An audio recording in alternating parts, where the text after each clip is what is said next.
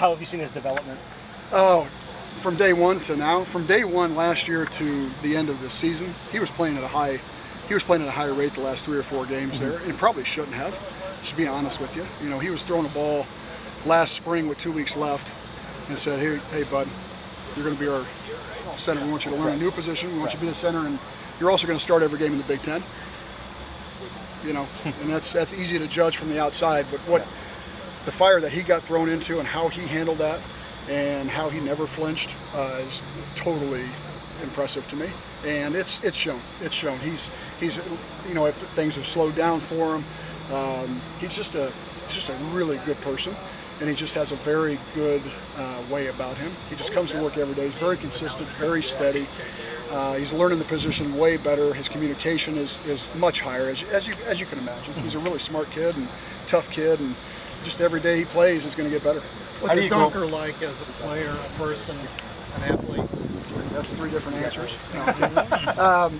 Jennings Dunker is exactly what you think he is. He loves football. He loves the action. He shows up to work every day with he has a pace in his step.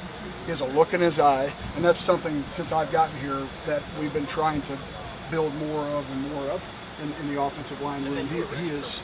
He is exactly those. He checks those boxes. He's playing 2 different positions. He's playing mostly tackle right now, and played a little bit of guard in the spring. And there's no challenge that he shies away from, and he's so willing to learn, and he's so willing to be coached, and he just has that same energy no matter what happens on the play before or the day before. That's just, it's easy to coach. It's fun. George, how smart is he? He's very smart. He's almost. That's what his maturity rate right now is, trying to figure out when to overanalyze, when not to overanalyze.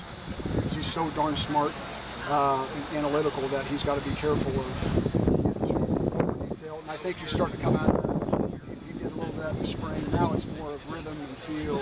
That's how you want that kid to play. We all know about, George, the offensive struggles last year. When you have a young, really young, some inexperienced group on the offensive line, how much responsibility do they take? And in other words, how hard do you have to be on them? Because a lot of them, like you said, were getting thrown into the fire. I think, we talked about this last year at this time. You have to be careful. There's a process to this.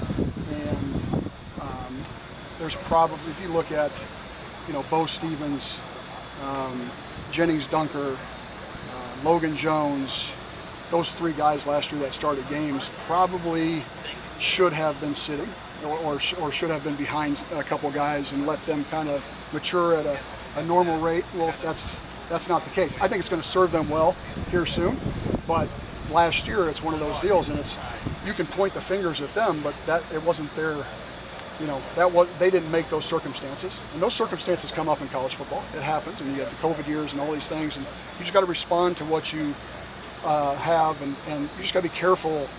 You got to be careful with young kids, especially the offensive line position, how you handle them early on in their career. I'm an old high school coach, so to me it's a real simple game. It's not a X's and O's game as much as it is a people game. When I was a high school coach, you won with year 3 and year 4 offensive linemen. And then when I went up to Division II and 1AA and the MAC, and it doesn't change anywhere I've been. And last year, we had some kids that you would have liked to see on a JV team getting ready, but they obviously were put in a different situation. So their fault, sure, it's the offensive line room's fault, but you got to be careful how you handle that kid, because you don't want them to burn up in a fire that they're not ready for. So last year was a lot of hanging with kids, sticking with kids, showing them how not to flinch as a coach and as a player, and how to weather the storm, because days are coming up here. So in that process, and I'm sorry if I'm oversimplifying, no. but in the process of thrown into a fire as a freshman or a redshirt freshman to senior leader who has played a bunch of games, where are they on that kind of They're journey? right smack in the middle. We got a lot of kids going from year 1 to year 2. We got Mason Richmond going from year 3 to year 4. But you still got that chunk that in their first year last year. That's the crew that's got to take that big jump, and that's what you're excited for, and they're excited for it too. And they come to work every day, and you're seeing a lot of improvement. When you're in it every day as a young kid, sometimes it's hard to breathe. sometimes it's hard to take that deep breath and realize like this game's not as hard as it actually feels.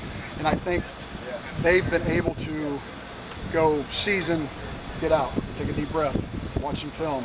Spring ball, get out, watch some film, check it out. And then now the same thing with fall camp. You know, we had a recovery day yesterday. Just those little days of them getting out and being able to kind of just evaluate things and look on film and see how, hey, I can do this. Because you're still dealing with a second-year kid, but they can play a little bit higher than that if you allow them to. How do you go about? Yeah. How do you go about developing a collective unit, knowing the fact that you got so many pieces that are up in the air right now? You're talking about last year or this year? Going into this year. Yeah. It's a little bit different. The last couple of years, we had pieces that were up in the air, and we were looking for the piece who was going to be healthy, who was going to play. This year's a little bit different because you have the guys that you know can play. It's just which one's going to beat out the other one. And again, like we said before, competition's the key.